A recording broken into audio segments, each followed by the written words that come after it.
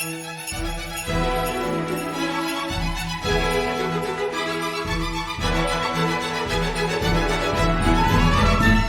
and welcome to Tea and Strumpets, a Regency romance review. I'm Zoe. And I'm Kelsey. So it is now officially the month of December, which I allow in my brain for there to now be Christmas things. I am one of those people that's like, you cannot put Christmas out until December 1st. I really dislike that everything, like Christmas trees were up a week before Thanksgiving in like public places. And I was like, can we just not be thankful for a minute before we're led into consumerism? Yeah, I don't know what it is. I mean, I don't begrudge anybody else for loving Christmas. Like, if you love Christmas, that's fantastic. But isn't a month enough time for you to love Christmas? Like, because I love Thanksgiving and I feel like everyone's encroaching on my Thanksgiving. I do too. And I hate that they're like, oh, we're open on Thanksgiving Day starting at 2 p.m. It's like, dude, don't your employees want to go celebrate Thanksgiving with their families? That, I mean, the whole consumerism thing of like just Black Friday, Cyber Monday is just kind of icky at this point. And again, that's not what this season is about. The season's supposed to be about thankfulness, family, and fun. And now we're moving into the next holiday season, which is also about family and fun and connections. And in that spirit, we read a book about the Christmas season today. We did read a book about the Christmas season today. We're going full holiday now. It's December. It is. So we are here for it.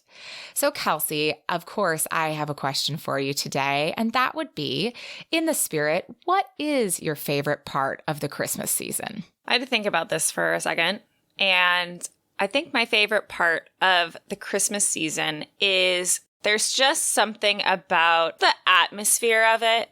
And I love that it's not just in one corner. Like, everyone goes all out.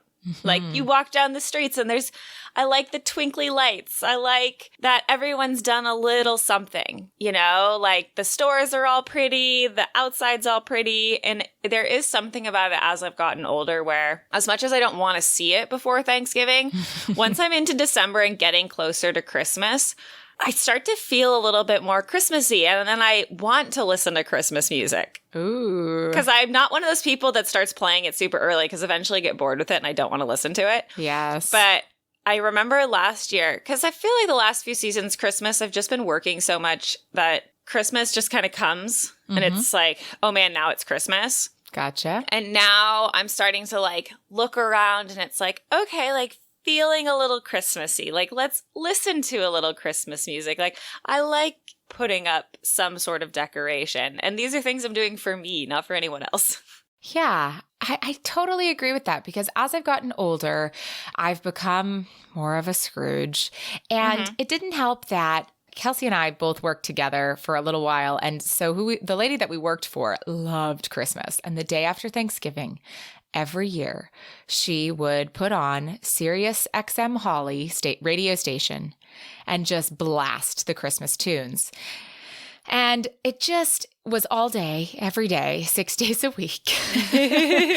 And it just kind of like helped, I think, get me into that Scrooge mode because unfortunately, Sirius XM Holly has about 62 songs that they play on loop. So like during the day, I would hear the Christmas song Dominic the Donkey at least 4 times. And if you have not heard Dominic the Donkey, you should definitely check it out. It's okay. I actually kind of love it because it's the most ridiculous song I've ever heard.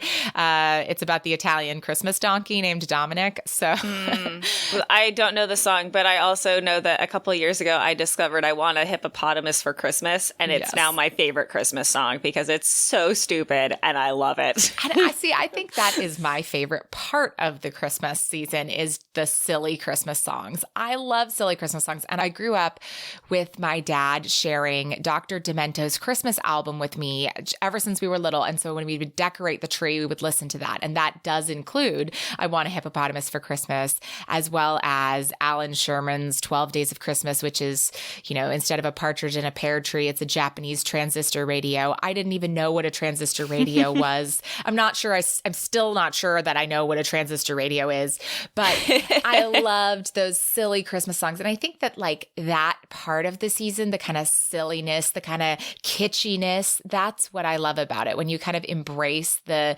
sparkly lights and the twinkliness and you just say, you know what, we're going over the top for this. And that mood of kind of infectious joy and joy for joy is really cool.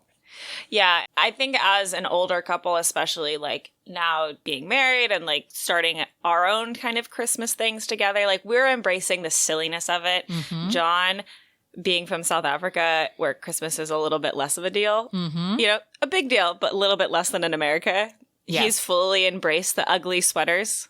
Oh. And he has a whole collection that he adds new ones to. And now he's really excited because he now has one for every work day leading up to Christmas in December. Wow. He is a champion. That is exciting. Yeah. Well, let's get into the book we're talking about today, which is Once Upon a Christmas Eve by Elizabeth Hoyt. And this is the first book we've read by Elizabeth Hoyt. And it may be a little while longer till we read another one by her, simply because technically she's not writing in the Regency period, at least in this series, because there's wigs in this one. Oh man, it threw me for a loop when I read the wig part. I was like, no. I know. And yeah, we'll talk more about wigs at the end in our book recap. But this is part of the Maiden Lane series, which is a very long series. So long, in fact, that this is book 10.7 because she already had a 10.5 novella when she went back and decided to write this one. So I do have a quick author fact for us, since this is the first time we're reading about her. So Elizabeth Hoyt has published over 26 books since 2006, which is an average of 2 books per year. And that does include the 15 works that are in her Maiden Lane series, which this novella is part of, which I know that seems like a lot of books, right? It does. It's a lot of books. Bridgerton's is 8. Pennyroyal Green is 11. Here we've got Maiden Lane, which is 15. But I love the Maiden Lane series. I really do. I only read a book out of it, and it was a miss for me, so I haven't read the rest of them. Well, now you've read 2, so unless Excellent. This is the miss for you. Well, we'll talk about that. All right. So I really liked this little section from her bio. So she wrote about how she had a lot of small jobs over her career, but when her youngest had entered kindergarten, her mother had made some not so subtle hints that maybe it was time for Elizabeth to get a, quote, real job. And so from here, her bio reads, sadly, Elizabeth was so delusional that she thought writing a romance novel might qualify as a real job. But 5 years later, to everyone's surprise, she actually sold that romance novel, The Raven Prince, and began a rather successful career as a romance novelist. This was most fortunate since Elizabeth is singularly unqualified to do anything else but make up stories. Since then, Elizabeth has written over 20 books to critical acclaim, including contemporaries under the pen name Julia Harper. So if you have read some Julia Harper books, that's the same author we're talking about today. Awesome. Well, good for her. And who needs a real job? Yes. I mean, if I could have a real job as a romance novelist, I think that would be fabulous. Yeah. I have a history fact for us because this is Christmas. And so Christmas has tons of history. And so I couldn't resist to put some in. So here we go. Christmas was banned under Oliver Cromwell in 1664. And it was reinstated with Charles II when he came back to restore the English crown. But it really wasn't a popular holiday until the Georgian period, which started in 1714. This book takes place in 1741. So this kind of makes Christmas a full thing across a couple generations. So now people are rebuilding those Christmas traditions that were popular, a century before. So decorating for Christmas was something that all households did, regardless of class. Poor houses decorated, rich houses decorated. And a lot of this included just gathering evergreens and holly because that's what was in season in England. But it was bad luck to bring it in before Christmas Eve. So I'm only pointing this out because our book is a little off on that one. Because they definitely bring it in before Christmas Eve. Wow. Like, it was bad luck to even bring it into the house. Not just to put it up, but to bring it into the house. So, I don't know if they stored it outside until Christmas Eve, but I'm just saying. Well, you know what? I'm okay with it. I'll give it to her for this book. But I think that's really interesting. It's so crazy how many little historical details there are. And yeah, I mean, if we want to get nitpicky, right? Like, when do they bathe? How many STIs do they have? True. And Kelsey and I are not nitpicky. We just think it's really interesting and fascinating when you do find a history fact that you wouldn't have known or thought about and probably still don't care about within the book. But it's like, I never knew that. That's so cool. No, and I think that for me, it was like always something, because my family always decorated really late for Christmas. Mm-hmm. And it sucks now because a lot of families used to just purely decorate on Christmas Eve. And then like they would keep it up through 12th night, through like the actual religious Christmas season. And you can't even do that now. By Christmas Eve, all the tree shops have closed and you can't get one. So you have to, do everything beforehand.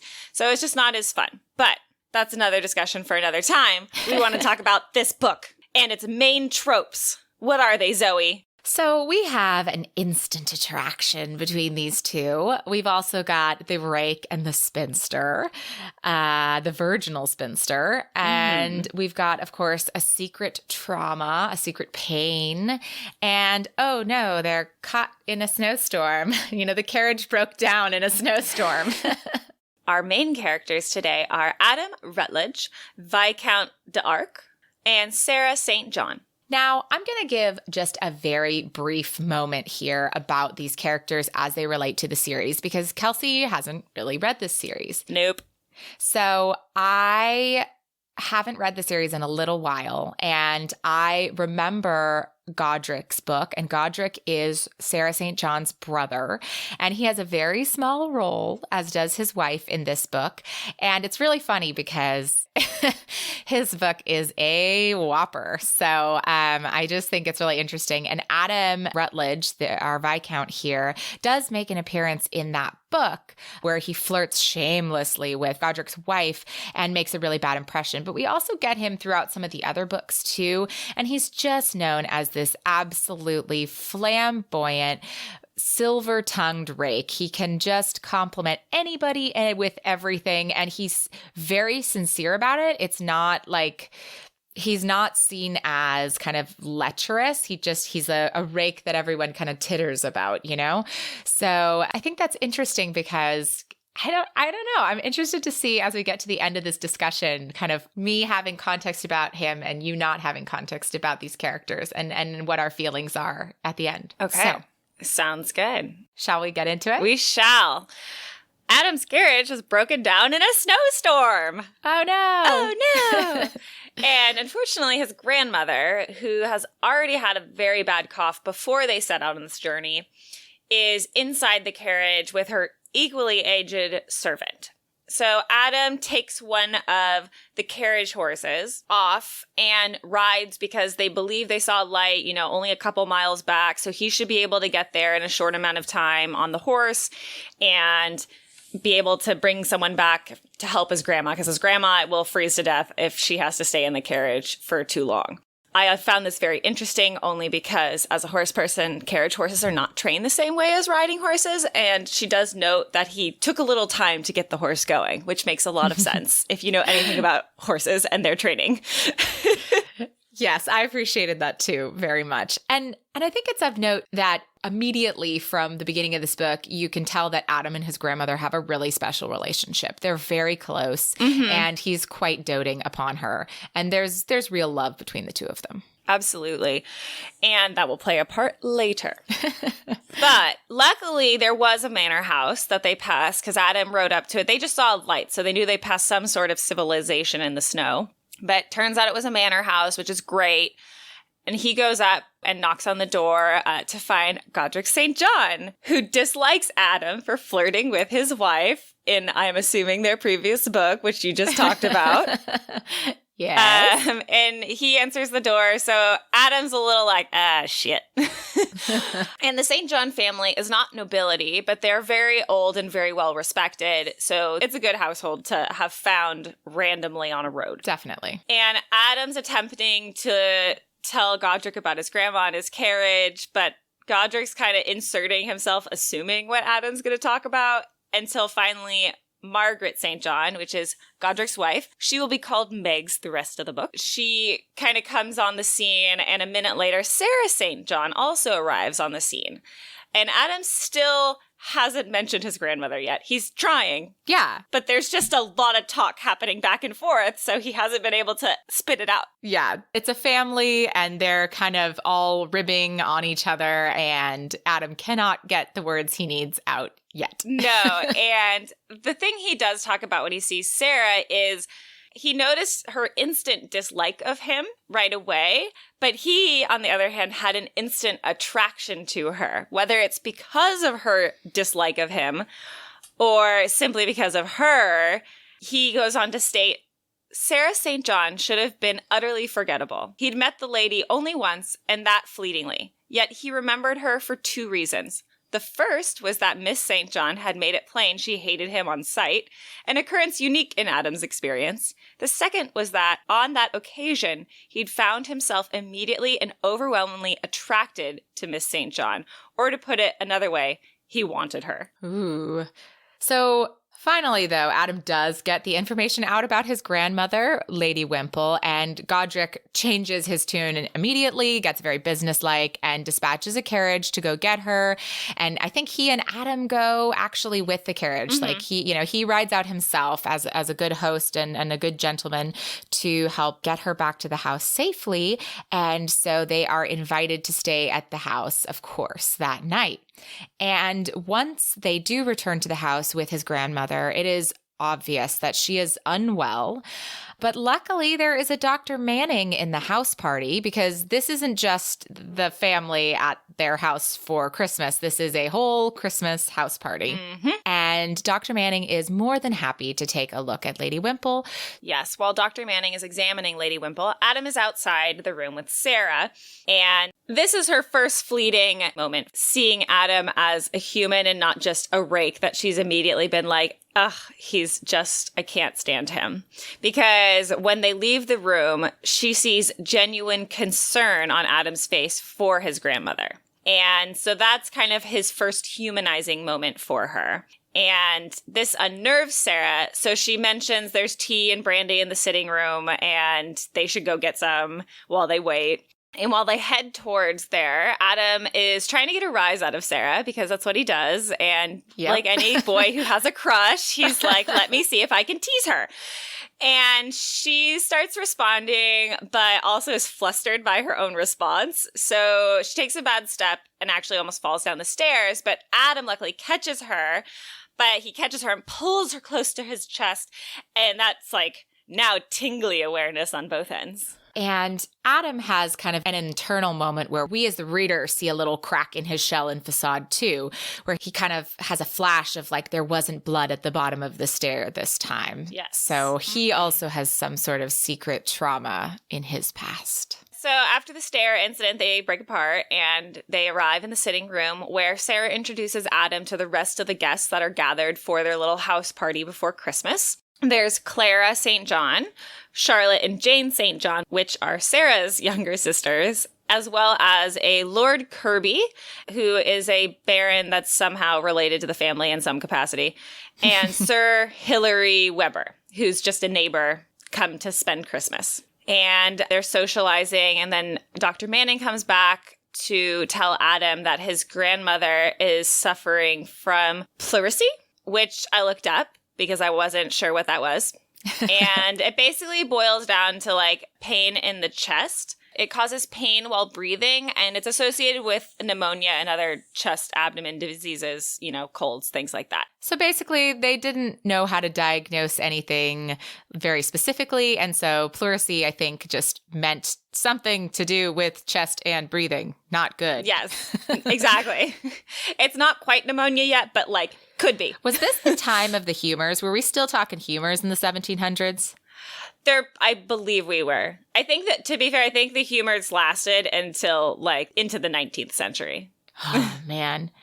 But basically it means that they're not going anywhere because Dr. Manning says that really Lady Wimple should not be moved for at least 2 weeks, which puts them in the St. John household through Christmas.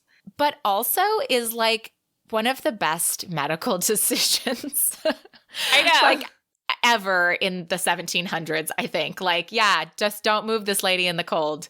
That was really smart. Not like we need to express her, something or... Yeah, we don't need to bleed her or like give weird sage things. It's like, let her rest and like be bedridden for 2 weeks. Yeah, great medical advice. All right. Then Clara St. John, upon hearing this, absolutely invites Adam and his grandmother to stay with them through the Christmas festivities. They're going to have a Christmas ball.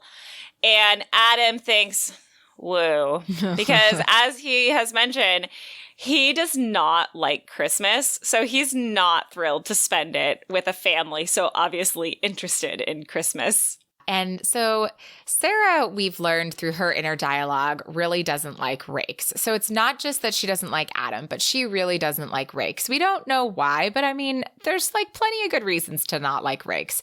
Absolutely. So she's very suspicious of Adam. She's never liked him, like he realized from the first moment that they met. And she's kind of non-receptive to him. So she wakes up the next morning and hears his voice crooning, "Sweetheart," and then like murmuring some other words, and she is just incensed. And so she rounds the corner in an outrage, only to find Adam bent over a dog who is shamelessly demanding belly scratches.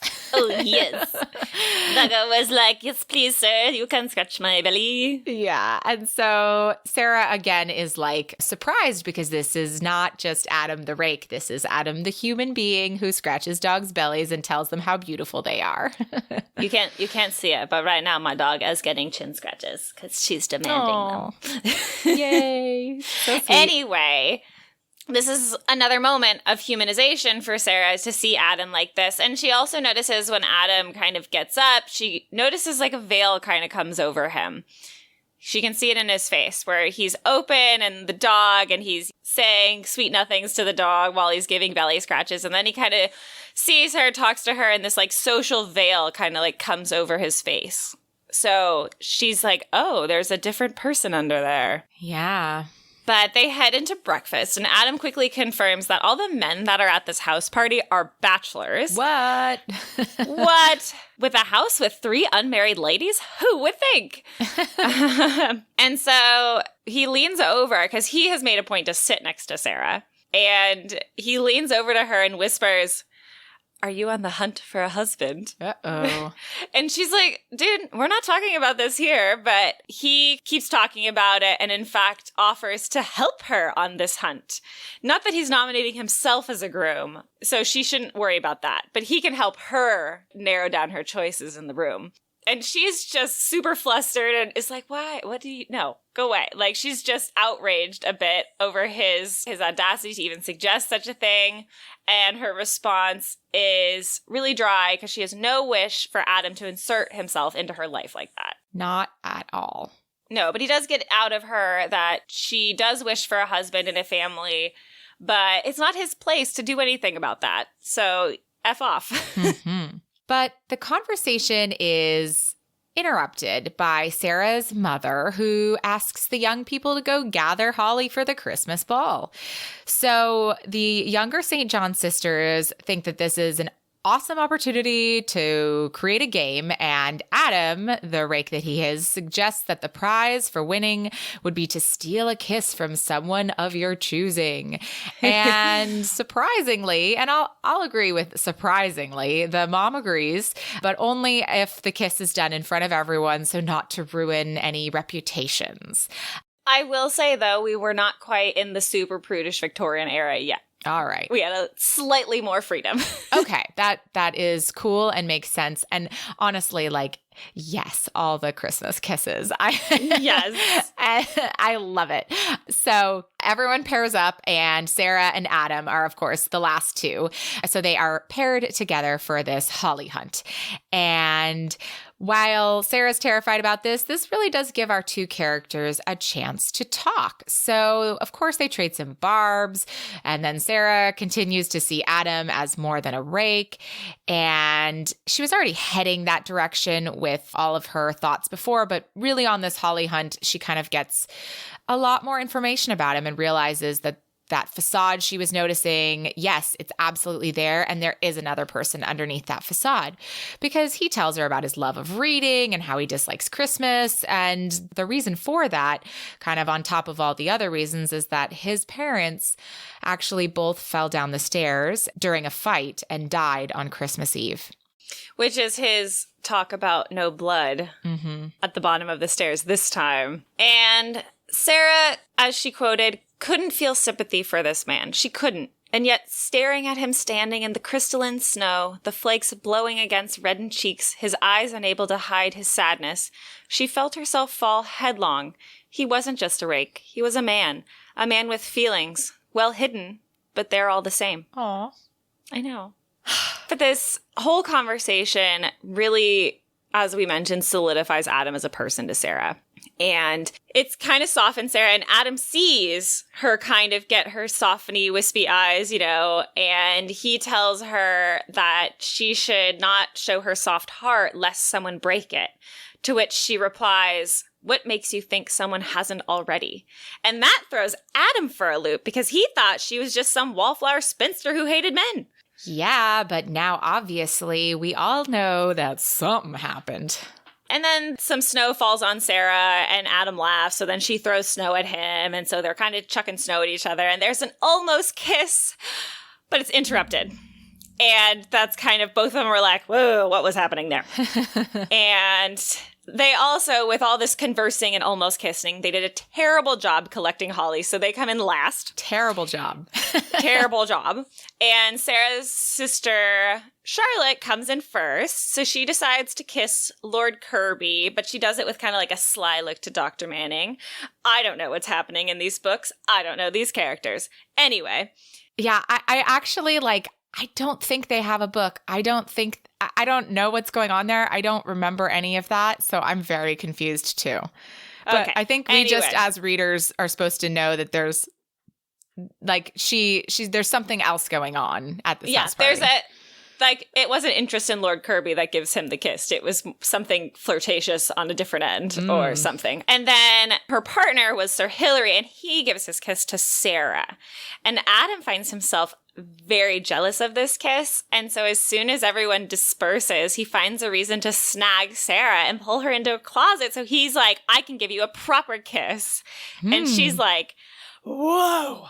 And she enjoys the kissing, and they both get into the heat of the moment, and they're both reciprocating, but it starts to go a little farther, and this is where Sarah throws up her shields and tells him to stop. So he does, and then they proceed to avoid each other for a couple days. Yeah, Adam is just like, I can't be around her because he can't trust himself around her.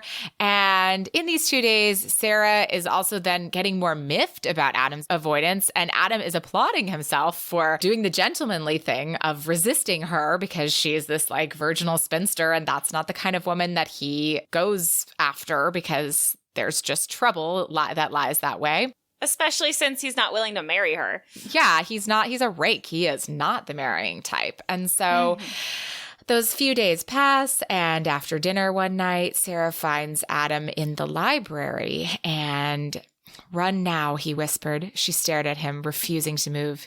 "Very well," he snarled, and took her into his arms.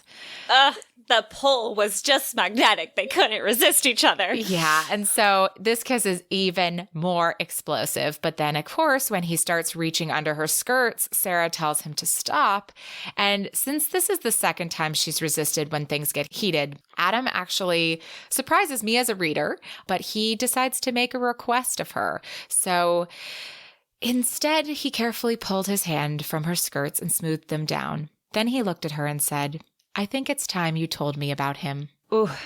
And there is a him that she needs to tell him about. So she does, after much hemming and hawing. But he also is like, there's something between us. Like, I want this, and I think you do too, but we can't keep starting and stopping this way. Because obviously there's something happening, so we need to talk about it. Yeah.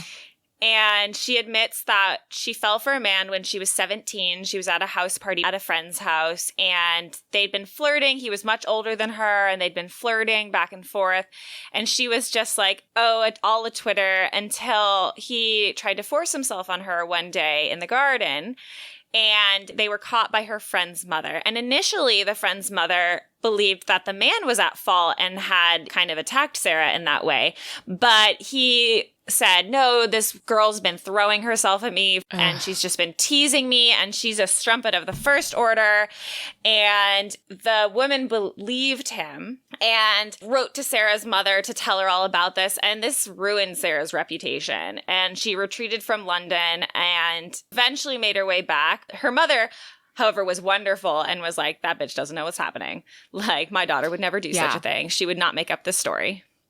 And yes, so her family really supported her, but she really didn't go to London much after that. And then even when she was in London, she really found suitors pursued her for things besides marriage. And it really turned her off to the whole thing. And so Sarah, who's now, I think, 26 in this book, or maybe even 28, she's yes, quite on the shelf, has really never been able to enjoy herself and be flirtatious, because the first moment of flirtatiousness in her very young life led to such a strife. And so she's been closeted behind the shame of these experiences and never been able to truly be herself or act on any feelings that she has because she's so afraid of the shame.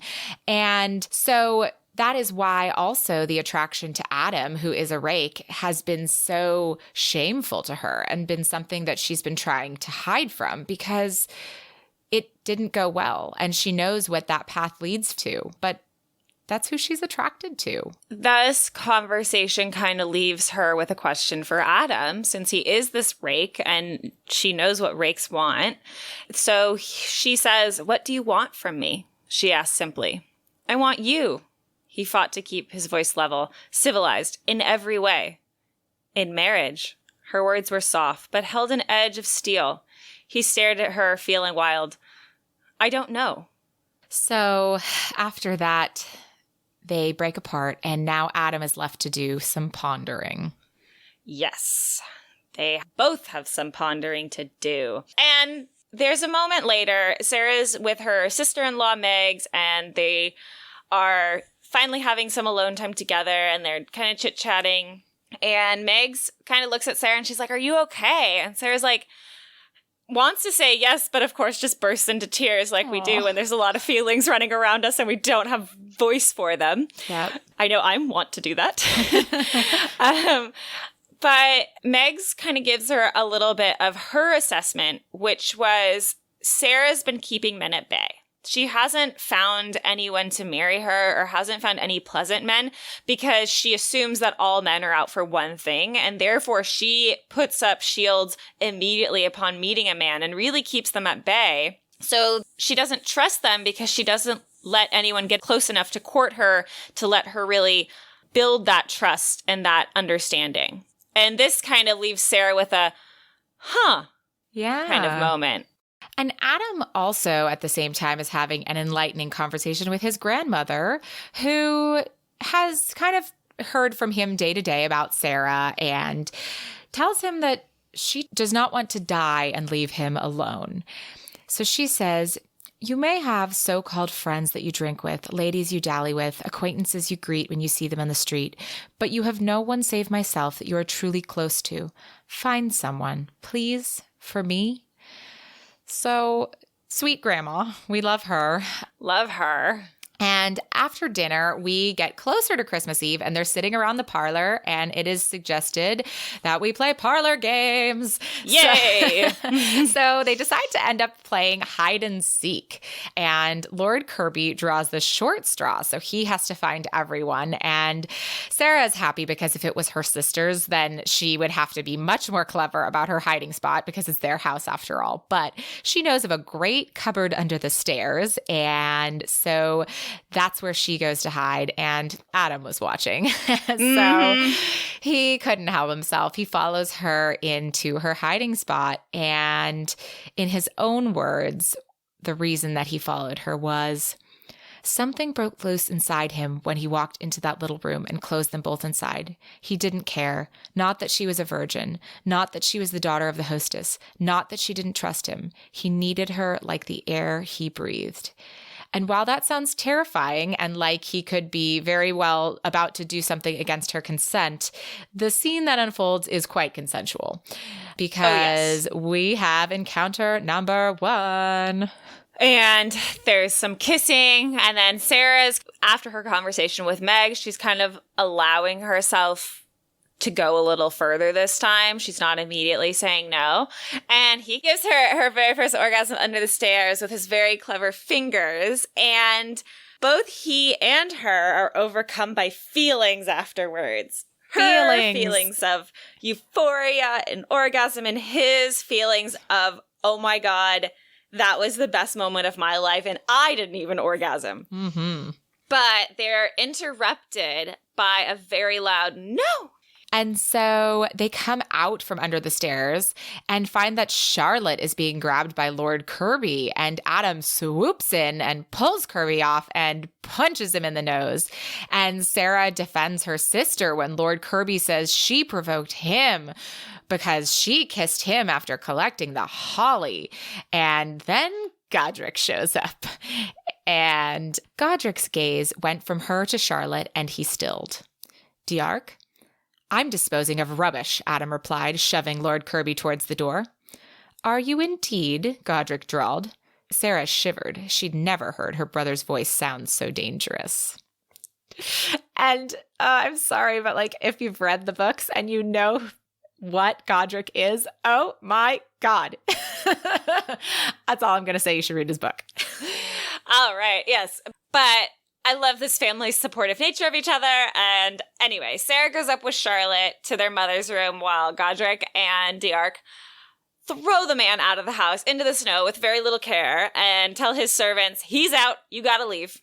But they go up to their mother's room, who had retired for the night when hide and seek was the game of choice. Mm-hmm. And they tell her the whole thing. And the family reassures Charlotte that no one will say a bad word about her. Her reputation won't be ruined because the family has weight. But also Meg says she'll stand up. And she's from the nobility, so she has some weight as well as like she outranks Lord Kirby in actuality. So family's going to support Charlotte, and they kind of comfort her. And while all the women are in the room comforting Charlotte, Sarah kind of reflects on the events of the evening, and that leads her to reflect on Adam. But as they chattered, Sarah thought about Adam, his hands and his mouth, and how he stared at her as he did intimate things to her body. She wanted to talk to him, to find out if he'd decided what he wanted of her, if tonight had been simply an interlude, or if it was the beginning of something more. So yeah, Sarah's a little preoccupied at the moment. Yes, she is. So that night, Adam steals into Sarah's bedroom where she's sleeping. He realizes he's being creepy. Don't worry. He does realize that. And he's like, ooh, I'm in a room. She's sleeping. I'm looking creepy right now. So he decides to go. But then Sarah wakes up from a dream about him. So she wants him to stay. And he says that he wants all of her if he does, and she gladly accepts him into her bed. And we have encounter number 2, which is an orgasm by some oral, which left her all aflutter, and some old-fashioned bow chicka wow wow as well. And Sarah wakes up alone in bed the next morning, but knows that she loves Adam and wishes he had been there when she awoke, because she wakes up to the empty bed and knows he did that to protect her, but wishes all the same that she had woken up to have him right there beside her. So the day continues as they're preparing for the Christmas ball, and Sarah and her mother are having a conversation, and her mother has invited all these bachelors here to help Sarah hopefully find a husband, and she tells her how much she wishes she would marry because it's just Mama's mouth twisted with sorrow. I think life is easier to journey through with a partner. She squeezed Sarah's hands. With a husband. I was so happy when I met your father. So we get to the ball, and Adam and Sarah are partnered for a dance, and it's an old-fashioned dance, so there's not a lot of touching or a lot of talking, but they're trying to do so. And then Adam decides he can't dance any longer, and he just pulls Sarah away from the dance. The shock of it. And onto the balcony. It's snowing. She's cold and wondering why he brought her out there. And no, literally, she's like, it's freezing out. I'm wearing a ball gown. This is not the correct place to be. And why are we out here? Because he looks very, like, not full of purpose, but a little nervous. She's like, what is he doing? And then suddenly he drops onto one knee. Aww. There on the cold stone of the balcony, and she forgot the temperature. He looked up at her and said, will you do me the honor of marrying me, Sarah St. John? And then, followed by her stunned silence and his brilliant line of, I know this is too soon, but I want to. He stopped and inhaled, closing his eyes. I need to marry you, Sarah. I love you, and it's the most awful thing I've ever felt. Please, for God's sake, put me out of my misery and marry me. She couldn't help her lips curving. Yes. Yay. And then all the ballroom who had seen them leave onto the balcony had all crowded the windows because everyone's a gossip, and they all break into applause, and they live happily ever after. They sure do. So shall we adjourn to the parlor so we can talk about it some more? We shall.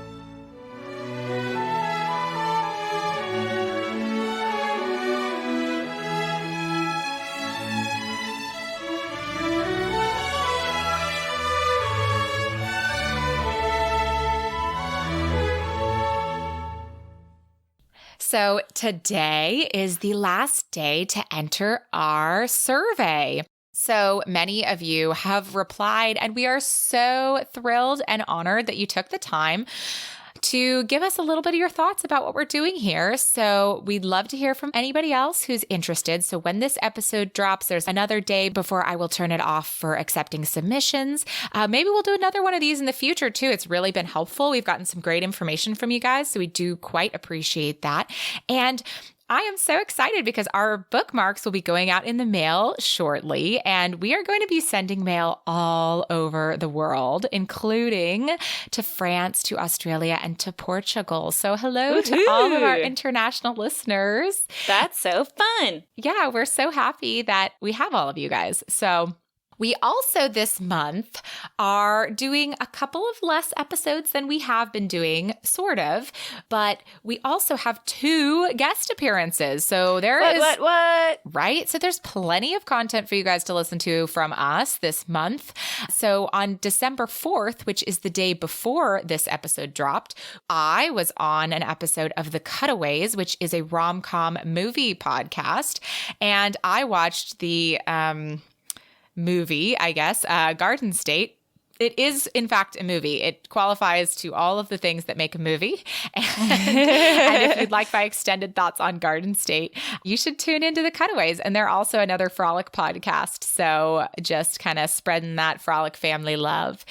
And tomorrow, on December 6th, Kelsey and I can be found on Boobies and Newbies talking about the Christmas novella, The Earl's Christmas Consultant. So head on over to that Frolic podcast too. You should. I have thoughts. Yes, very exciting. I can't wait for you guys to hear it all. And if you have an inclusive holiday book recommendation, we would love to hear from you. Let us know through our email, romancepod@gmail.com. And on top of that, we also have a Pinterest now. Woo. So if Pinterest is your thing, you can find us at pinterest.com/T as in Tom, N as in Nancy, strumpets. Like everywhere else that you can find us on social media, that is almost always our handle. Try us on Instagram, on Twitter, and at Facebook at those places. And if you really want to be in the know, sign up for our email notifications on our website. And our website is romancepod.com. And you can find episodes, more information about us, and other resources. So take a look. And finally, we always ask to rate, review, and subscribe. You can find us everywhere you find podcasts. And it's been so monumental that you all have been rating and reviewing us. It's like really helpful to help others find us. And on top of that, it's the holiday season. If you feel like telling a friend about us, we would be so honored.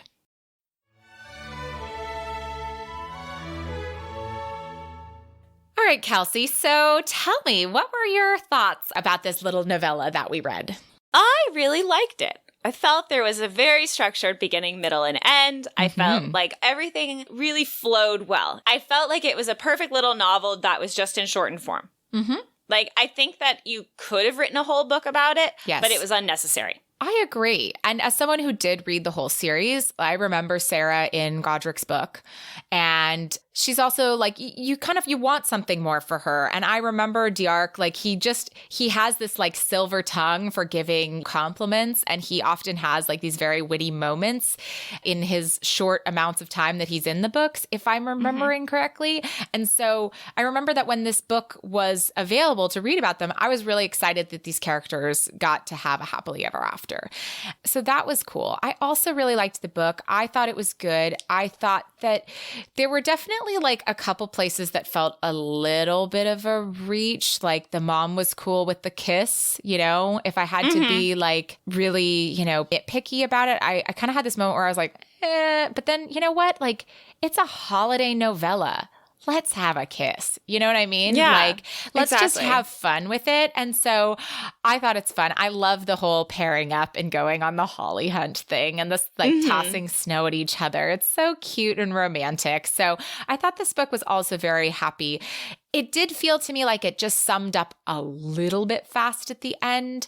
I will agree with that, but I kind of liked the ending because it's a novella, and the thing is, like I said, it could be a whole book in the sense that then we follow that engagement for a little bit and like some other problem comes into play, but it's not necessary. Yeah, or he goes back to London and they see each other at a ball later, and there's just more, like there's more, you know what I mean? Like they met at this Christmas party and it develops over a longer period of time before he has to marry her. But again, it was a novella. And I think maybe that's kind of the problem that we have with novellas is a lot of the time you wish there was just a little bit more. And I think for a novella, it did exactly what you said, an excellent job of having a beginning, a middle, and an end. I felt content at the end of it.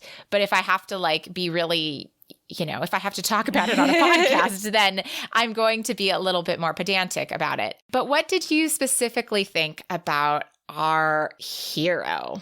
I really like Adam. Aww. I really like him because like I haven't read the series, so I don't know all the other little snippets of him, but he does in this book, you know, he does show his silver tongue for compliments, but I just love, you know, he's always himself. He never stops being the rake and suddenly he's a new person because he's like somehow has this revelation. Like he was a rake because it was easier for him and it was fun. So that's just what he did. Well, his parents were like the ultimate example of a terrible marriage, right? We learned that his parents fought. They both had affairs and his dad was extremely jealous of his mother's affairs and they just fought and yelled at each other and ended up literally fighting so hard they fell down a staircase and died. I mean, in front of his 8-year-old eyes or whatever it was. 13-year-old eyes, I think. But yeah. Okay. So regardless, very impressionable eyes. And he just figured that it was much safer to protect his heart and, you know, enjoy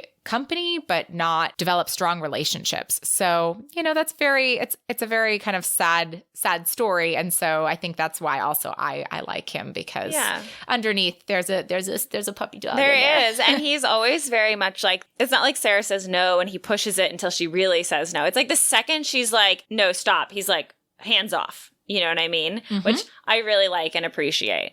And I mean, it could have really gone the other way if Sarah had been like, if he had decided not to marry her. And maybe we would have not liked him as much if it had been a longer book where they had sex at the party and then they part ways and it takes him a long time to come around to her. We'd probably be like, oh, the nerve of him. But instead, I also liked him. So what would you rate him? I'm going to rate him like an 8.5. Like, I really liked him. No, like, it was a short book, so like we didn't get a lot of him, which is why I can't like rate him super, super high. But I thought all his actions were great. Like, he never was icky, like never was. And even his moment of creepiness of being in the bedroom, even he was like, I really shouldn't be here. What am I doing here? This is wrong. And he tries to leave. Yeah. And then he like lays it out on the table like, Sarah, I'm only staying like if we're doing everything because I can't, it's all or nothing. Like, you know, and all of that could also be seen as very creepy. But again, she is consenting 100% all of the way. And it's not like she's 18 and doesn't have an idea. She's already seen this things happen to her reputation. She's 28 years old. She's seen a lot more in life. So I don't feel as like about it that I would maybe if she was more naive. And I think too, but even he says like it's all or nothing right now, but she knows if she says no, he'll leave. Yeah. And it's not like he said all or nothing, we're never going to do anything later. It was just like, if I stay here tonight, like that's what's going to happen because I want you so bad and I can't be in a bed without doing more. And so she kind of understands, but she also understands that at any point, if she says no, he will back off because he's proven he will back off. Yeah, it's funny because I also envision him as like this kind of tousled, curly, blonde hair guy. And maybe, I don't know if it's just atoms in my brain are like blonde, and maybe that's from Penny Royal Green, the vicar Adam is blonde, or if there's another Adam somewhere in something that just got into my head about being a blonde. But I don't think he's a blonde. He's not. And first of all, he's bewigged. Well, they actually say she pulled off his wig and saw his like very dark, short cropped, like, no, it's like black hair. And it's like, okay. Yeah. But yeah, so there were wigs in this one. Yeah. And I definitely, it's funny, Zoe, because we were talking about one book that had wigs in it, but I didn't think they were a problem because, like, one, I don't like envision the people with wigs on all the time. And I assume that they've just like taken them off or like they're no longer in the picture. Or they were talking about, it's so nice to see you without a wig. Blah, blah, blah. Yeah. But in this one, they're actually like, she physically removes it. Like, it's there. And I'm just, why? Yeah, this is the historical detail. I'm like, I am so willing to be like, it's the 1700s and wigs don't exist. Yeah, I know. I know. So I guess I just have to have my own little dreamscape about that. But it's so weird. Like riding through the snow in a wig, like I guess it would keep you warm. Whatever. Know. So besides that wig fact, I would rate him okay, so I was originally going to rate him a 7. I'm going to up it to a 7.5 because while I was reading it, I really felt like 7. But thinking about it more and talking about it more, I have way stronger, like, happy feelings about him. I feel like he's a 7.5. I enjoy him, but I don't love him. That's fair. You have more context than I do. Well, but no, I don't feel like it comes from the context. I'll be honest. I think that it is simply just that, like, I think it's that it factor that I've talked about before where, like, there's just something about, like, do I find this person not attractive, but, like, do all of their qualities give me that extra point? And to me, I don't get that extra point. Fair. So I really like him, and I think he deserves a 7.5. Fair. There we go. We're not that far apart. No. And what about Sarah? How do you feel about Sarah? I like Sarah. This is the second Sarah that we've read about. And she is heads and tails above the old Sarah. I think she is an interesting character, especially for a novella. You know, you get a decent amount of backstory about her brush with this rake at 17 and how much that affected her life. And then on top of that, you get the development of the fact that she realizes she was hiding all this time, that men weren't coming to her for so many years because she was really making herself unavailable to them. And I think that's really interesting because she kind of goes like, oh, but I also think it's interesting that she has this kind of, she hates to be attracted to Adam, but she is attracted by that type of man, that kind of dangerous, flirty, kind of bold gentleman. That is her type, and that's fair. Like, but it sucks because maybe she would have ended up with these kind of blander types, like one of the men that her mom brought to the party for her, because she was hiding herself all this time and not allowing any gentleman to approach her. And what a shame that would have been. Absolutely. So I think that there's kind of something cool and feminist about that too, where she's realizing, oh, it's okay for me to like that I was punished, but I was unfairly punished, by society. So I like Sarah. Sarah is a 7 to me. Okay. Just a 7. That's fair.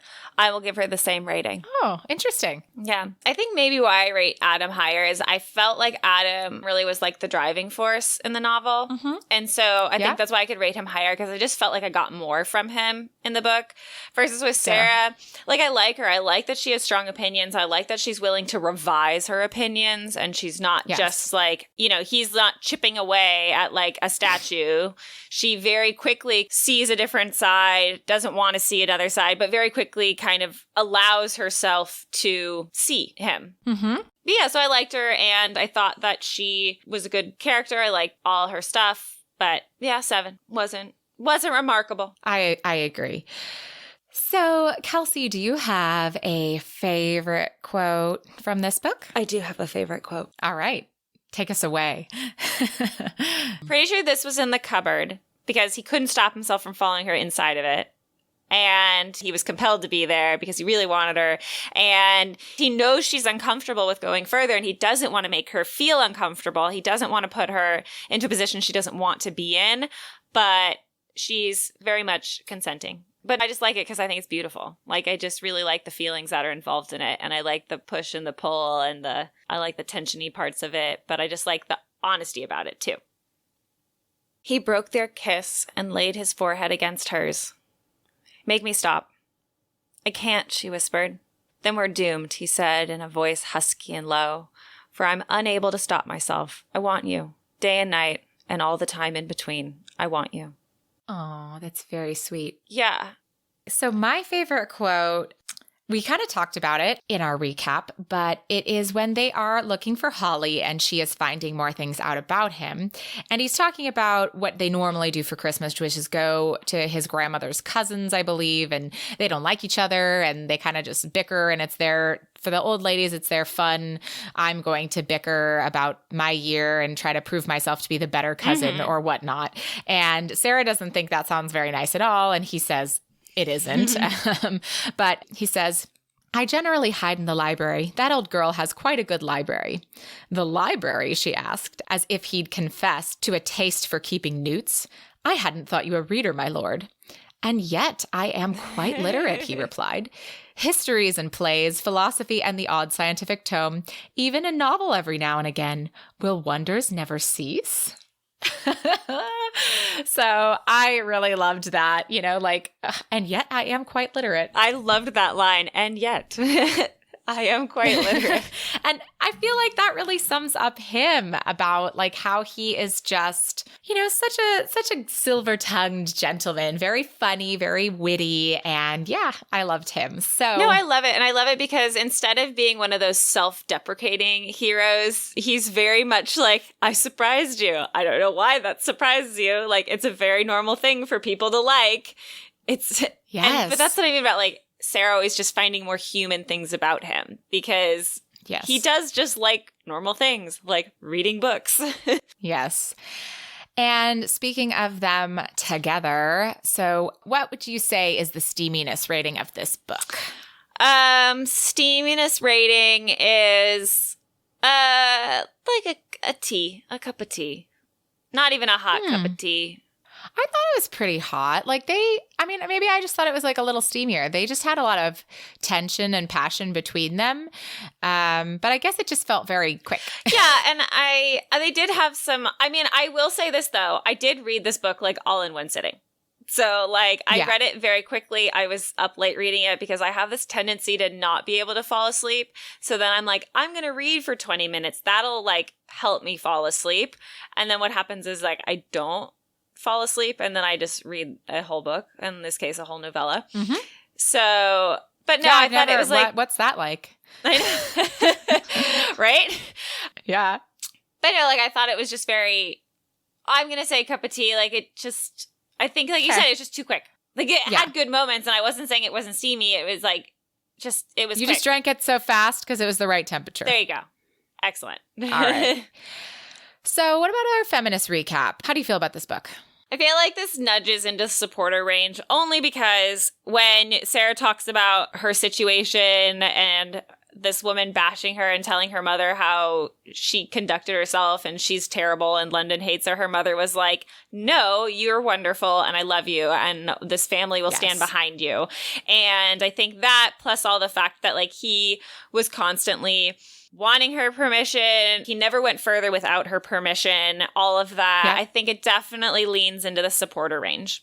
I agree. I think that there's a lot of consent in this book, and even just the fact that there's always consent in every scene. Mm-hmm. Adam is very alpha, and he's very like, knows what he wants, and he's very I think we talked about it, right? Like it could have gotten like a little sketch in a couple of places, but every single time there was a moment of consent. And so that made it good. And I really did feel like there was this kind of, it was small because the book was short, but this arc of Sarah realizing that what she was actually attracted to, and it was okay to be attracted to that. And it was just a shame that she had been so shamed for it at a young age. Yes.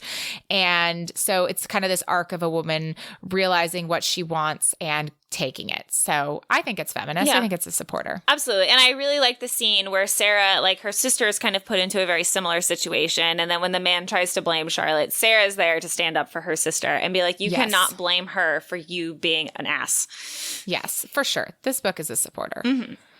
So before we get into our final book rating, I just wanted to ask you what you thought about our author here, because this is the first time we've read Elizabeth Hoyt, and I wanted to know what you thought about the prose and the writing style and all of that. I really like her writing style.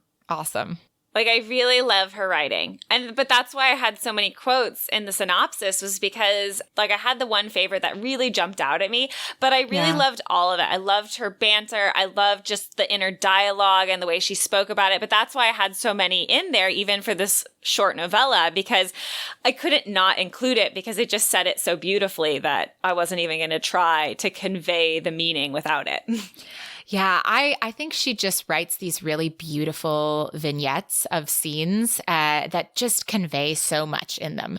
The scene with the dog and the rubbing the belly, that moves the plot forward so far. And I really wanted to use that as my favorite quote, but it was like 4 pages long or 3 pages long. And you needed all of the in-betweens, but it was so great. It's like such a little slice of the book that really you're never going to forget, and that it just instills upon you such a beautiful little moment in your brain. And that's when you really like fall for these characters. And I think she's really good at that. I think she's a really good writer. And I've read this Maiden Lane series of 15 books twice at least. And I have probably read some of the other books more than 2 times, and like individually. And there's something about it. The first time I stumbled upon it, I read it straight through. And the second time I started rereading it, I read it straight through again because it's like that the whole damn series. Like you just want to keep reading. She's such a page turner, and you want to stay up late, and you forgive the wigs. Yes, and I think, and I really wasn't at the point. Her writing style wasn't ever what turned me off. I think the first book I read in the series, it wasn't the first book in the series, so I wasn't invested after that book. And then what happened, it was a book club book, which is why it got picked. Do you remember which book it was by chance? I can't remember the name of it. I could look it up, but it was the one, she's like a caretaker. She takes in orphans or something. And then with the vigilante guy that's running around something. Silver-haired gentleman becomes her husband? Yeah, I think so. Yeah. Okay, that is the first book. It is? Oh, I didn't like it. But it is my least favorite in the whole series. Oh, there you go. No, and I think that's what it was. It was just because I didn't like the character. I didn't really, and for me, characters really make it, like I can forgive some things if the characters are really good and I really like the characters, and I really just didn't like the characters. And so I just didn't want to pick up the second book because I wasn't invested in any other characters yet. So I really wasn't interested in more. Totally fair. And the first book I feel like is really a setup for the vigilante character, right? It's the ghost of St. Giles or Giles. Do we know if it's Giles or Giles? I always say Giles, but that's just me. And so it's kind of a setup for the fact that there's this vigilante running around, and I had to know who the vigilante was. And I did not guess correctly. Oh, so there you go. I'm just saying there's a lot to discover in that series. It's really fun. I recommend Maiden Lane. If you're okay with wigs, I really do recommend it. And Godric's book is great, but you get so much more out of Godric's book if you have read the series beforehand. Yeah. The only one that I say that maybe you can skip is actually the first one, because it does set up kind of the series in the world, but it is not my favorite. It's still a great book. I think it's a good book, but it's not my favorite out of all of them. So rather than gush about that, let's wrap up our book here today with our final book rating. All right. Final book rating. I would give this book, I give it like a 7.5 or an 8. Like, it was good. Yeah, I thought it was a good Christmas novella. Sometimes Christmas novellas can feel very forced. Yeah, a little bit forced. This one had a fun story, and I really liked it. But it was fun stories. Like, the Christmas was kind of like the elements of it, but it wasn't the focus of the story. Versus I think that sometimes the Christmas novellas, Christmas becomes the focus of the story. And therefore, like, the rest of the book kind of misses out because they're not giving that devotion to the characters and just the natural progression of things, because they're so, like, Christmassy. Versus this one was like, Christmas is happening, but really what's happening is this romance between the two characters. Yeah, and I had a good time. I would give this one a little lower than you. I was going to say a 7 to a 7.5. I thought it was a good book. I just, I didn't love it as much as the last novella we read. That's fair. I guess we gave that one a 10, I think. Yeah, that one was just fabulous. That one was fantastic.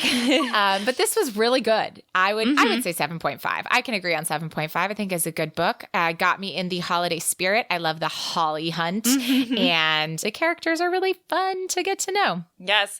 And I will say, reading this one first definitely set up a bit of my opinion on the next Christmas novella I read, which you guys can hear about on Boobies and Newbies, which we talked about in the parlor, and will be there tomorrow. So if you want to hear about my opinions on this other one that was definitely affected after reading this book, tune in. Yes. Well, I hope you all tune into that. But we are also reading another holiday book for next episode, which is A Highlander for Hanukkah by Lori Ann Bailey. And this is in a collection of Hanukkah novellas that are not just historical, but they are also contemporary. And believe it or not, this is actually a Regency Hanukkah novel. They are few and far between. I think that there is officially one other Regency Hanukkah novella. I just really did want to get a Hanukkah novella in there. And so I have lots of thoughts on it already, and I cannot wait to share them with everyone. But that is next week. So thank you for listening, and join us next time as we read A Highlander for Hanukkah. And may all your ever afters end happily.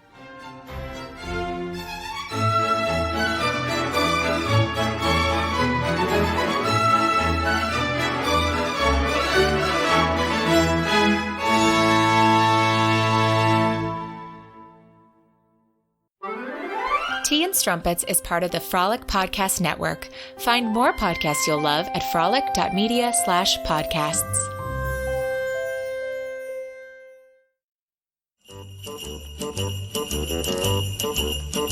Hey, jingity jing, it's Dominic the donkey. Jingity jing, the Italian Christmas donkey. La la la la la la la la la la la la la.